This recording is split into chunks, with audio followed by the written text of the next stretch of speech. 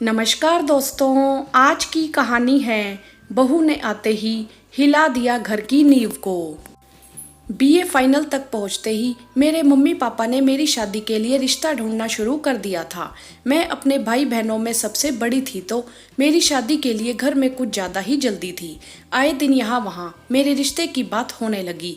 अपनी शादी की बातें सुनकर मेरे अंदर एक मीठी सी सुगबुगाहट शुरू हो गई थी। योग्य जीवन साथी के ख्वाब मेरी आंखों में भी पलने लगे थे। बहुत जल्द माँ पापा की यह तलाश पूरी हो गई। विजय के परिवार वालों ने मुझे बहू के रूप में पसंद कर लिया और मेरे परिवार वालों ने उन्हें दामाद के रूप में। विजय भी अपने भाई बहनों में सबसे बड़े थे। उनके परिवार में उनके माँ पिताजी के सिवा एक छोटा भाई और 2 बहनें थीं। कुछ ही समय के पश्चात काफी धूमधाम से हमारी शादी संपन्न हो गई। मैं मायके की दहलीज लांघकर चोपड़ा परिवार की बड़ी बहू के रूप में अपने ससुराल आ गई। हमारी शादी के उपलक्ष्य में बहू भोज का आयोजन किया गया था, जिसकी तैयारियां सुबह से ही चल रही थी। मेहमानों से पूरा घर खचाखच भरा हुआ था। इस खास समारोह में शामिल होने के लिए मेरे छोटे भाई बहन भी आए हुए थे। उस दिन सुबह से ही आसमान में काले बादल घिर आए थे। ऐसा लगता था कि कहीं बिन मौसम बरसात के कारण बहू भोज में कोई खलल ना पड़े। उस दिन खाना खाने के बाद मैं अपने नंद देवरों से घिरी हुई हंसी ठिठोली में मशगूल थी। अचानक आंगन में किसी के जोर से चिल्लाने की आवाज आई। अरे अरे, कोई संभालो इनको, देखो यह तो बेहोश हो गई। उस आवाज को सुनकर सब आंगन की ओर भागे। मैं भी सबके पीछे पीछे हो ली। वहां पहुंचकर देखा तो सासू माँ बेहोश पड़ी थी। सब घेर कर खड़े थे। उन्हें होश में लाने की पूरी कोशिश की जा रही थी। मेरे पति और ससुर जी अस्पताल लेकर दौड़े। छोटी नंद भी माँ के साथ साथ थी। बड़ी नंद लगातार रोए जा रही थी। अचानक सासू माँ की ऐसी हालत देख मैं भी घबरा गई थी। मैं भी सासू माँ के साथ अस्पताल जाना चाहती थी, परंतु ससुर जी ने मुझे घर पर ही रहने के लिए कहा। मुझे देखकर रिश्तेदारों की कानाफूसी चालू थी। सब मुझे घूरती नजरों से देख रहे थे। मैं किसी गुनहगार की भांति लोगों के चेहरे पढ़ने का प्रयास कर रही थी। अचानक किसी रिश्तेदार की आवाज मेरे कानों में पड़ी। ऊपर से तो दिखने में भोली लगती है, परंतु कोई तो अंदरूनी वजह है जिसके कारण इसकी सासू माँ को दिल का दौरा पड़ गया। आते ही इसने तो घर की नींव हिलाकर रख दी। लोगों की बातें सुनकर मैं घबराकर रोने लगी। मेरे छोटे भाई बहन मुझे चुप कराने में लगे हुए थे। कुछ देर में मेरी सासू माँ को लेकर सब घर पहुँचे। डॉक्टर ने उन्हें प्राथमिक उपचार के बाद दवा देकर आराम करने की सलाह दी। घर वालों ने बताया कि कोई चिंता की बात नहीं है।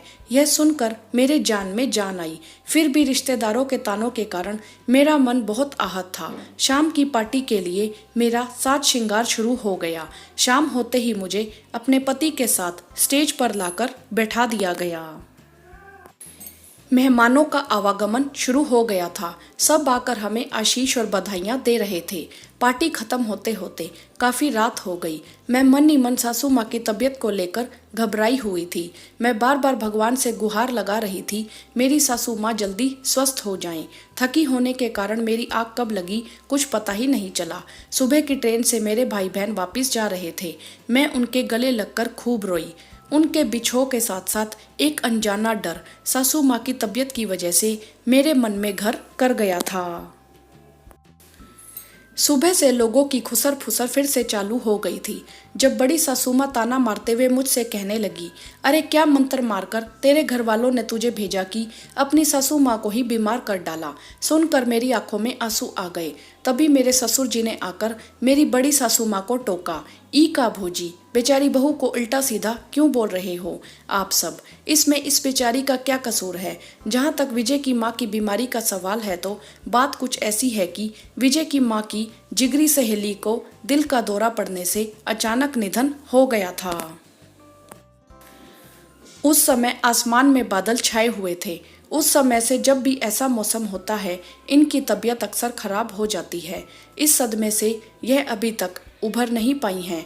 इनका निरंतर इलाज जारी है। हमें पूरा विश्वास है यह जल्दी ठीक हो जाएंगी। आप लोगों से मेरी हाथ जोड़कर विनती है कि हमारे घर आई इस लक्ष्मी का अनादर ना करें। ससुर की बातें सुनकर मेरी आंखों से अश्रुधारा बह निकली। इस घटना के बाद मुझे कोई गलत बात के लिए भी मेरे ससुर जी के सामने कुछ टोकने से भी घबराता था। मेरी शादी को 25 वर्ष बीत गए। मेरी सासू माँ आज भी सुरक्षित हैं। उनके साथ मेरी काफ़ी अच्छी तालमेल भी है। मेरे ससुर जी तो अब इस दुनिया में नहीं रहे, परंतु जब तक जीवित रहे मुझे एक बेटी की तरह प्यार दिया। मैं सदा उनकी छत्र छाया में महफूज रही। सच दोस्तों, घर में जब भी कोई नया मेहमान शामिल होता है, चाहे वह घर की बहू हो या नया दामाद या नवजात बच्चा, उसके आने के तुरंत बाद यदि घर में कोई बीमार हो जाए या अनहोनी हो जाए तो सारा दोष उस सदस्य के माथे मढ़कर उसे अपशगुनी करार दिया जाता है, जबकि यह सबको पता होता है कि जो किस्मत में लिखा होता है वही हमारे साथ घटित होता है। इसीलिए हमेशा अंधविश्वास का दामन छोड़कर तर्क का साथ देना चाहिए। हाँ तो दोस्तों, आपकी इस विषय में क्या राय है, आप हमें कमेंट करके जरूर बताएं। वीडियो को लाइक करें, शेयर करें और चैनल को सब्सक्राइब भी करें। धन्यवाद।